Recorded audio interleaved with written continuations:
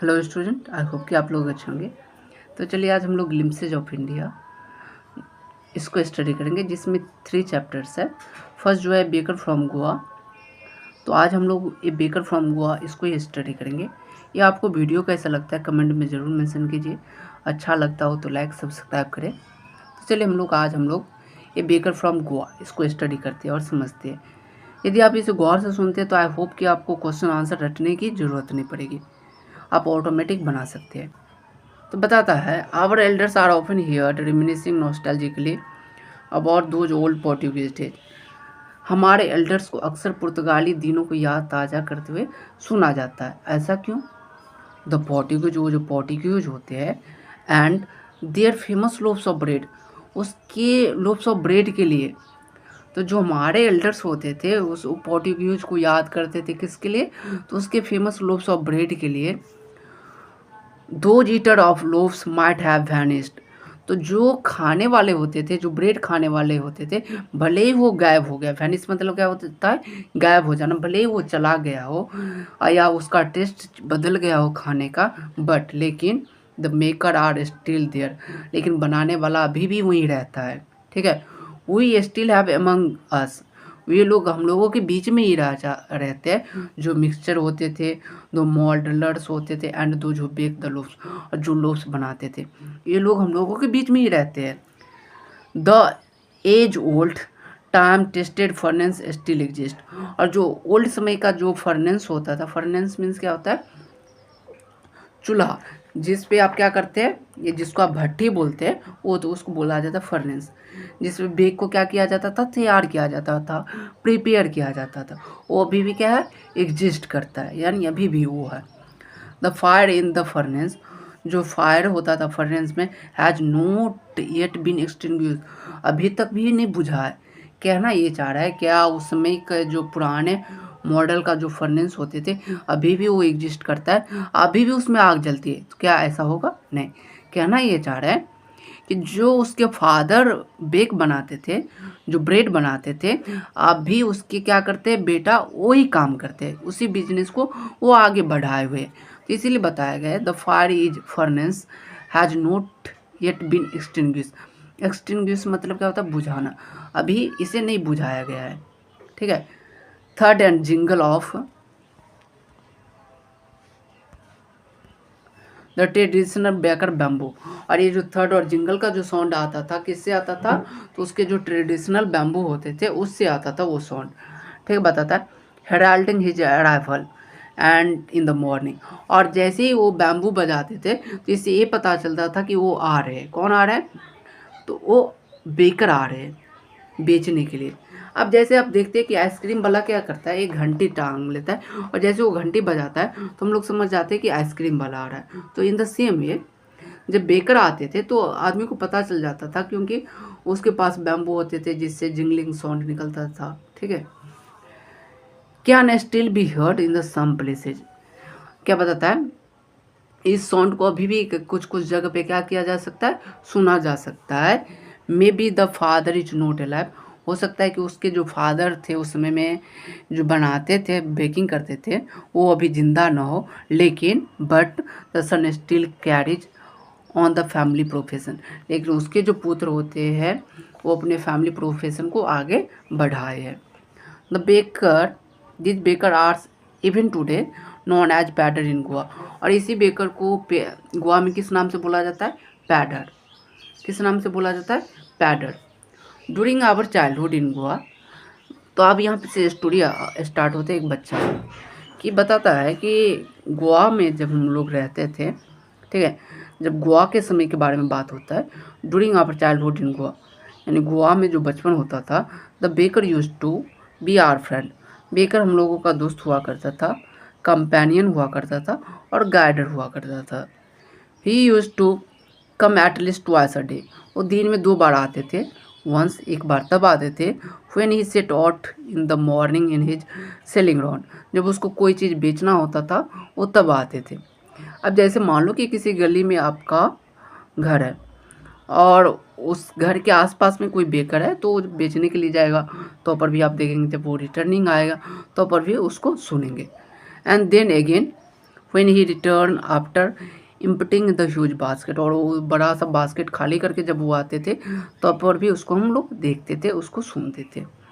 The jingling थर्ड of the bamboo woke us up from the sleep and ran me to the great him.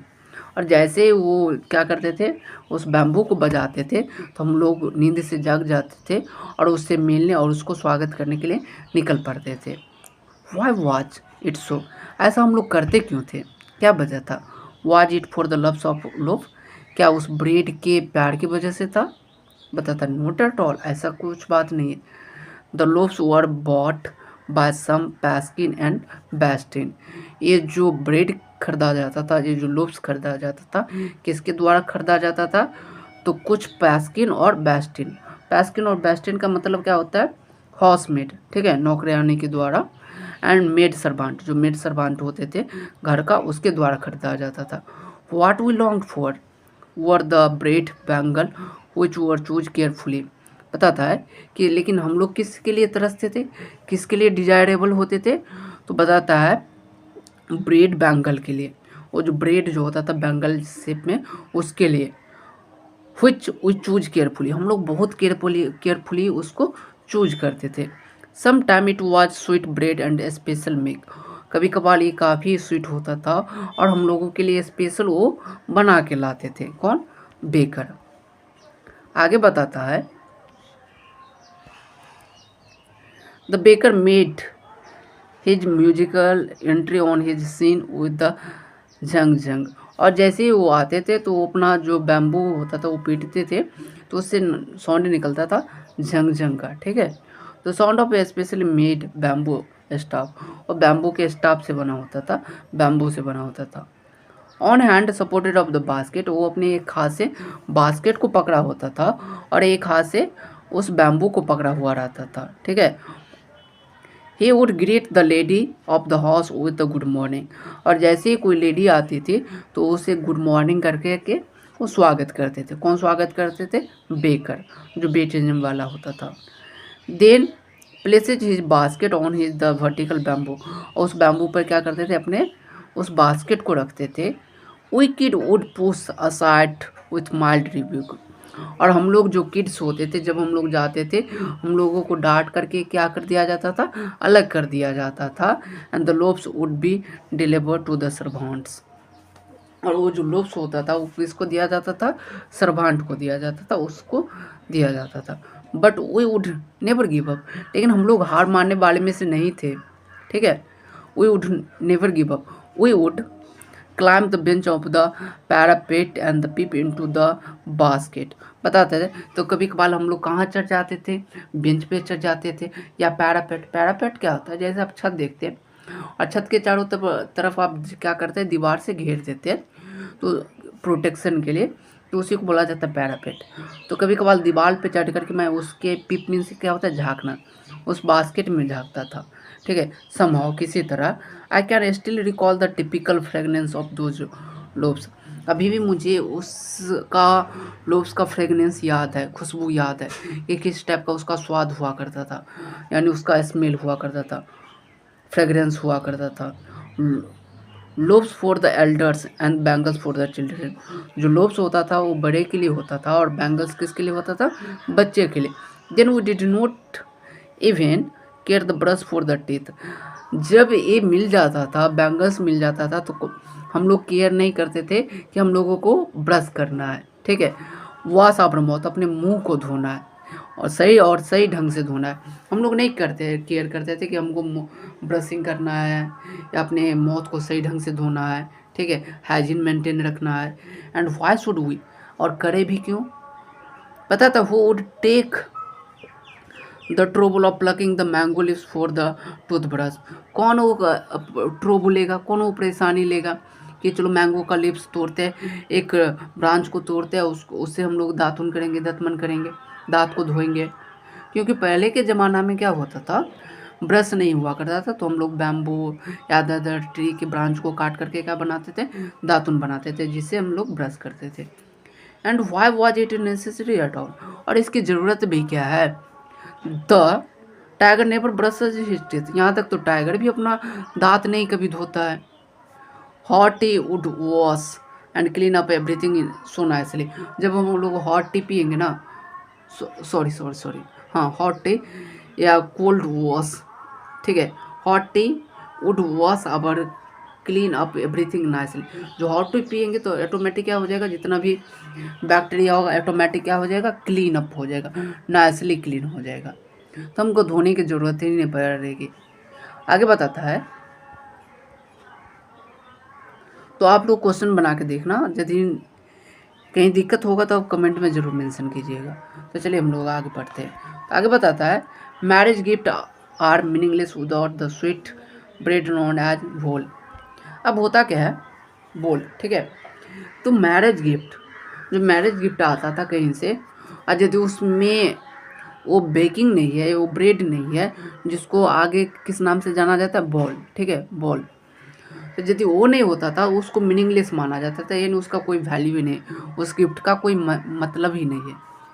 Just as a party, जैसे कि party में या कोई fest मतलब होता है भोज में, loses the charm without bread. यदि ब्रेड नहीं होता था तो माना जाता था उसमें कोई चार्मिंग ही नहीं है, उसमें आकर्षित मतलब आकर्षित करने वाला कोई चीज़ ही नहीं बचा है। जैसे आप लोग देखते हैं कि खास के जो भोज खाने वाला होता है तो उसको कहीं ना कहीं रसगुल्ला बहुत ही पसंद होता है। तो यदि कहीं किसी भोज में रसगुल्ला नहीं है ना, तो उसका चार्मिंग ही नहीं है। इन द सेम वे, तो ये बताता है कि यदि कोई फेस्ट होता था या कोई पार्टी होती थी तो उसमें यदि ब्रेड नहीं होता था तो समझो कि उसमें कोई चार्मिंग ही नहीं है। Not enough can be said so how important of baker.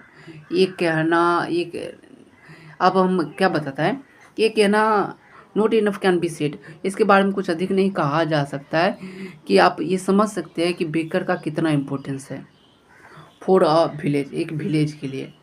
क्योंकि एक विलेज के लिए कभी पार्टी होती है, कभी फेस्ट होती है, कभी मैरिज सेरेमनी होती है, कभी कुछ होता है, तो उसके लिए ब्रेड चाहिए ही। The lady of the house must prepare sandwich. जो लेडी होती थी घर की, वो सैंडविच तैयार करती थी, किस चीज़ के लिए, on the occasion of her daughter's engagement, अपनी डॉटर की इंगेजमेंट के लिए, ठीक है। केक एंड बॉलिन हास are the must for the Christmas as well as other festival. जो केक होता था या बोलिन हास होता था वो क्रिसमस के लिए होता था और दूसरे और सारा फेस्टिवल्स के लिए होता था। 10 the presence of the baker furnace in the village is absolutely essential. इसीलिए जो बेकर का जो फर्नेस मीन्स क्या होता है, भट्टी, काफ़ी ज़रूरी होता था कि विलेज में होना ही चाहिए। क्योंकि कब किस आदमी को ज़रूरत पड़ेगा, कौन सा फेस्टिवल आ जाएगा और वो बेकरी कहाँ से लाएगा। आगे बताता है, द बेकर और ब्रेड सेलर। जो बेकर होता था, बनाने वाला होता था, जो सेलर होता था of those day has a peculiar dress known as kabai. उसके पास एक टाइप का ड्रेस होता था जिसको हम किस नाम से जानते, कबई, ठीक है। It was single piece long frock and reaching down in the to the knee. तो ये बहुत सारा एक एक फ्रॉक के समान होता था, जैसे लड़की फ्रॉक पहनती है उसी समान, और नी से नीचे तक उसका पहनावा होता था। In our childhood we saw the baker wearing shirt. लेकिन अभी के समय में हम लोग देखते हैं कि जो बेकर होते हैं वो शर्ट पहनते हैं और ट्राउजर पहनते हैं, ठीक है, which were shorter than full length one, ठीक है, and longer than the half pant. बताता है जो फुल लेंथ कपड़ा के, जैसे अब शॉर्ट बनेगा तो ऐसा नहीं कि पूरे बॉडी को कवर कर ले, तो फुल लेंथ से कम होता है, और जो वो पैंट पहनता है तो कहीं ना कहीं हाफ पैंट से क्या होता है, बड़ा होता है, लॉन्गर होता है। इवन टुडे, लेकिन आज, any one who were the half pant, आज भी कोई यदि हाफ पैंट पहनता है which is just below the knee, ठीक है, in by the comment that is the dress like the pattern.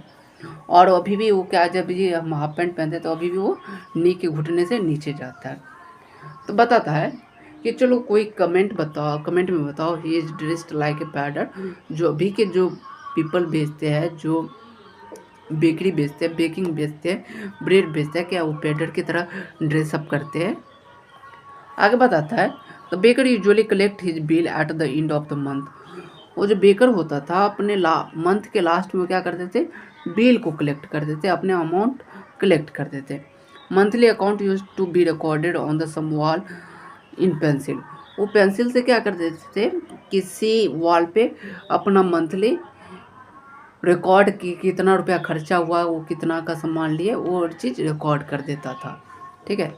Baker was Indeed A profitable profession in the old age, और old age में इसको काफ़ी profitable profession माना जाता था। The baker and his family never starve, जो baker होते थे और उसके जो फैमिली कभी भूखे नहीं रहते थे। His family and his servant always looked happy and prosperous, उसके फैमिली और जो सर्वेंट होते थे, जो काम करते थे उसमें, वो हमेशा खुश और समृद्ध होते थे। Their plump physics, plump physique का मतलब होता है मोटा। ठीक है। उसका जो बॉडी होता है काफ़ी फैटी होता था, मोटा। Was open testimony to this, testimony मतलब होता है वन काइंड ऑफ कैरेक्टर। तो उसको वो दिखने में कैसे लगता था, उसका बॉडी मोटा सा प्लम्पी टाइप का। Even today any person of the jackfruit like physical appearance is easily compare to the baker. लेकिन आज यदि कोई व्यक्ति प्लम फिजिक यानी जैक फ्रूट की तरह देखे, यानी मोटा सोटा देखे, तो हम उसको कंपेयर कर सकते हैं कि वो कैसे दिखता है, उस बेकर के समान, जो क्या करते थे, बेकिंग करते थे, यानी ब्रेड बनाते थे। तो आई होप कि आपको समझ में आया होगा। आपको ये वीडियो कैसा लगा कमेंट में ज़रूर मेंशन करें। Thank you.